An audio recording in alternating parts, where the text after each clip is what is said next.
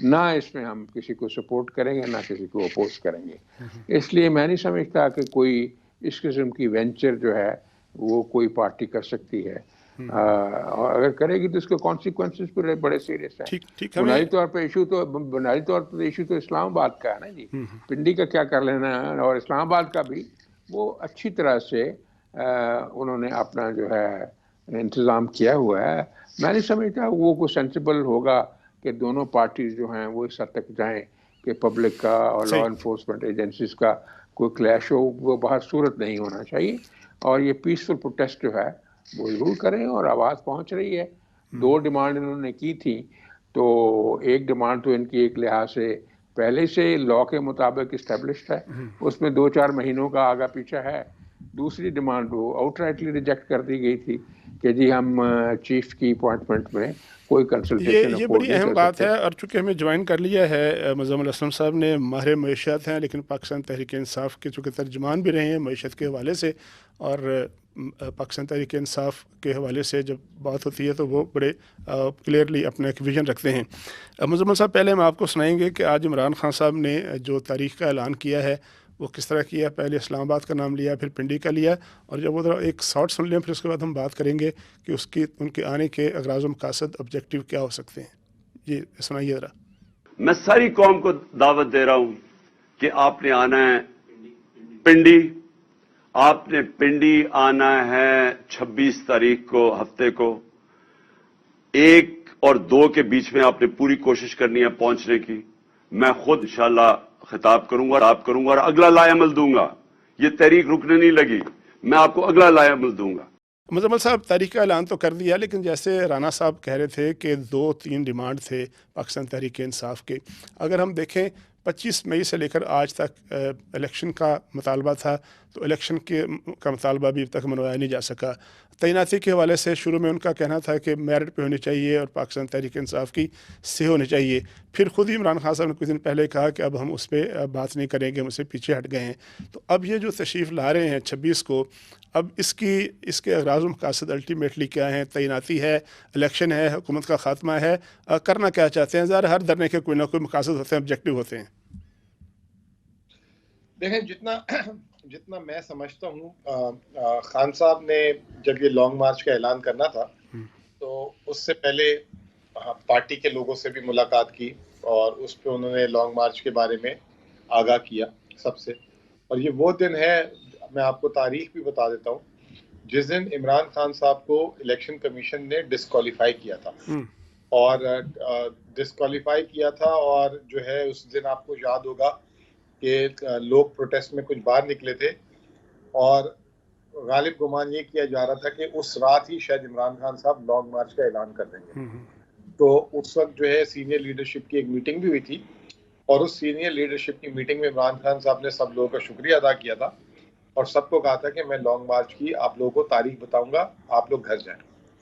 تو اسی میں خان صاحب نے بعد میں جو ہے ہماری پارٹی کے لوگوں کو بڑا واضح کر دیا تھا کہ لانگ مارچ ابتدا ہے حقیقی آزادی کی، یہ اینڈ نہیں ہے.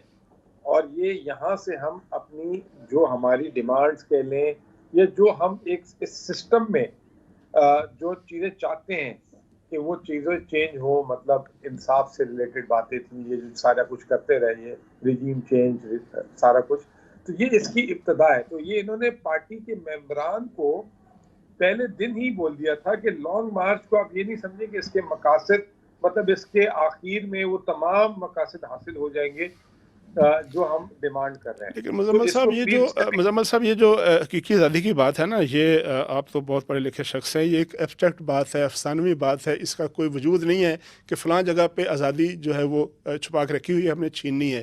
مثلا امریکہ کی بات ہوتی ہے، امریکہ کے بارے میں بڑا دبنک انٹرویو دے چکے ہیں وہ کہ میں تو امریکہ کے ساتھ چلنا چاہتا ہوں، اچھے تعلقات چاہتا ہوں، سپر طاقت ہے، اس کے بغیر گزارا نہیں ہے. ابھی 4-5 روز پہلے ان کا انٹرویو آیا، رجیم چینج کے حوالے سے بڑی گول مول بات کی انہوں نے کہا کہ وہ میرے پیچھے رہ گئی ہے. اب وہ اس سے ظاہر ہے اس کے بعد جب تنقید ہوئی تو اس سے وہ انہوں نے ایز یوزول انہوں نے اس کو چینج کر دیا ہے.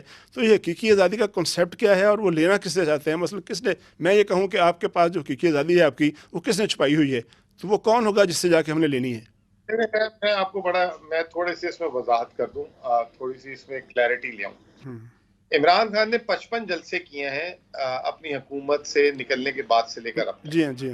اس 55 جلسوں میں ہر جلسے میں انہوں نے امریکہ سے ریلیٹڈ بات کی ہے. کوئی ایک جلسہ ایسا نہیں ہوگا جس میں نہ کی ہو. ٹھیک ہے نا جی.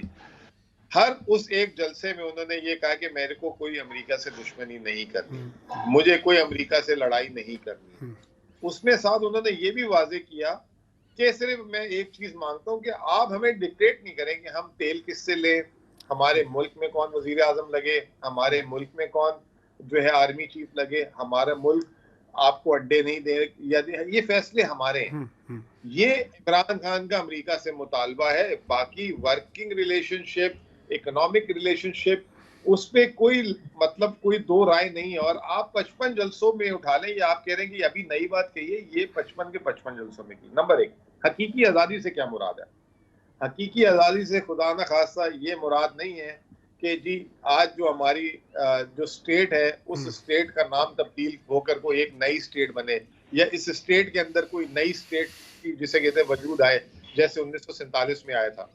حقیقی آزادی سے مراد یہ ہے کہ چیزیں جو ہیں رول آف لا سے بنے. مطلب میں کل اپنے بھائی سے بات کر رہا تھا, میں یہ کہہ رہا تھا کہ انصاف اس وقت نہیں ہے اس ملک میں. مجھے کل ایک خاتون ملی, وہ کہتی ہے میں نے ایک ٹویٹ کر دی تھی اسٹیٹ کے خلاف ایسے ہی, اور وہ ان کا کوئی لینا دینا نہیں. اچھا مظفر صاحب, چونکہ ہم نے ٹھیک ہے ہاں کر لیں, مکمل کر لیں, چونکہ میں نے باقی مہمانوں کو لینا ہے. ٹھیک ٹھیک.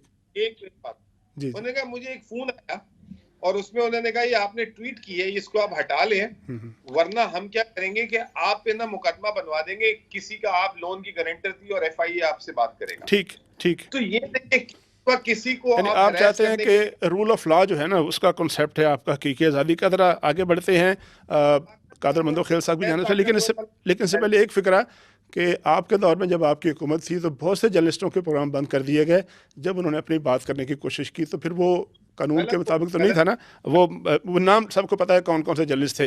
قادر مندو خیل صاحب آپ بتائیے گا, آج بلاول صاحب نے پریس کانفرنس کی اور انہوں نے اپیل کی عمران خان صاحب سے. انہوں نے کہا کہ عمران خان صاحب آپ اپنا یہ جو لانگ مارچ ہے اس کو 1-1.5 ہفتے کے لیے پوسٹ پون کر دیں. ایک ٹرانزیشن ہو رہی ہے, وہ ٹرانزیشن جو ہے گزر جائے تاکہ وہ متنازع نہ بنے. لیکن ان بلاول صاحب کی پریس کانفرنس کے کچھ دیر بعد عمران خان صاحب نے خطاب کرتے ہوئے 26 نومبر کو پنڈی میں دھرنے کا یا اسٹیج جلسے کا اعلان کر دیا. ظاہر ہے لگتا یوں ہے کچھ لوگوں کے خیال میں کہ اس تاریخ کا تعلق یہ کو انسیڈنس ہے یا ایک سوچا سمجھا فیصلہ ہے کہ انہی دنوں ہوگی, انہی دنوں پہنچیں گے جب یہ سارا جو معاملہ ہے یہ ٹرانزیکشن ہو رہی ہوگی. تو کیوں آپ سمجھتے ہیں کہ بلاول صاحب کی بات اگر مان لیتے تو زیادہ بہتر نہیں تھا؟